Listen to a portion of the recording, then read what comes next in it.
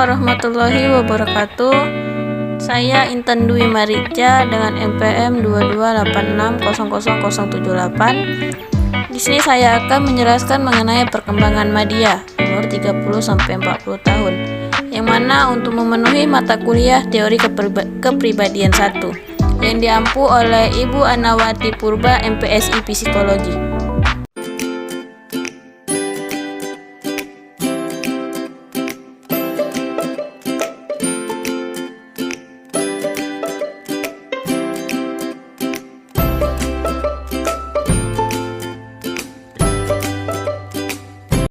Salam dan bahagia.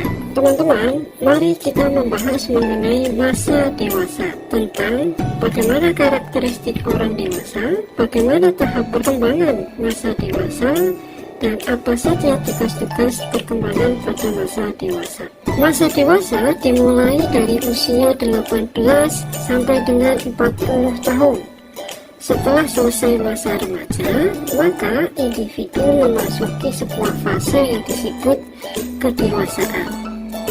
Menjadi individu yang memiliki satu pertanggungjawaban penuh terhadap dirinya sendiri, bertanggung jawab atas nasib sendiri serta pembentukan diri sendiri. Selanjutnya, Elizabeth B. Harlow membagi masa dewasa menjadi 3 bagian. Yang pertama disebut dewasa awal, yang kedua dewasa madya, yang ketiga dewasa lanjut. Mari kita bahas satu persatu. Dewasa awal berada pada usia 18 sampai dengan 40 tahun. Pada masa dewasa awal adalah masa pencarian kemantapan dan masa reproduktif, suatu masa yang penuh dengan masalah dan ketegangan emosional, periode isolasi, periode komitmen, dan masa ketergantungan. Selain itu juga perubahan nilai-nilai, kreativitas, serta penyesuaian diri pada suatu hidup yang baru. Selanjutnya adalah dewasa madya, berada pada rentang usia 40 sampai dengan 60 tahun.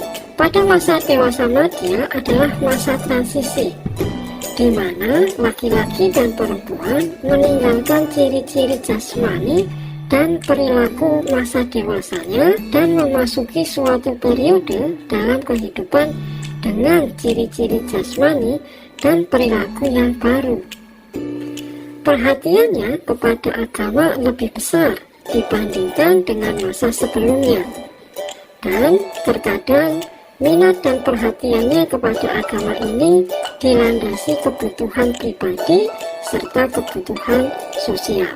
Dewasa lanjut berada pada rentang 60 tahun lebih. Bagaimana karakteristik masa dewasa lanjut? Usia lanjut adalah periode penutup dalam rentang hidup seseorang, ditandai oleh adanya perubahan yang bersifat fisik dan psikologis yang semakin menurun.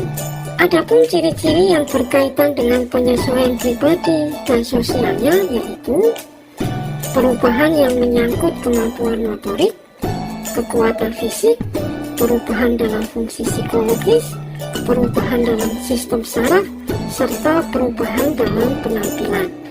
Apa saja tugas perkembangan masa dewasa? Yang pertama, memilih pasangan hidup. Yang kedua, belajar hidup bersama pasangan hidup. Yang ketiga, memulai hidup berkeluarga, memelihara, serta mendidik anak. Yang keempat, bertanggung jawab sebagai warga masyarakat serta warga negara. Yang kelima, menemukan persahabatan dalam kelompok sosial. Yang keenam, menyesuaikan diri dengan kondisi fisik dan kesehatan yang semakin menurun. Yang nomor 7, menyesuaikan diri dengan situasi masa pensiun dan penghasilan yang semakin berkurang. Menyesuaikan diri dengan kematian dari pasangan hidup. Yang terakhir, bersiap-siap menghadapi kematian.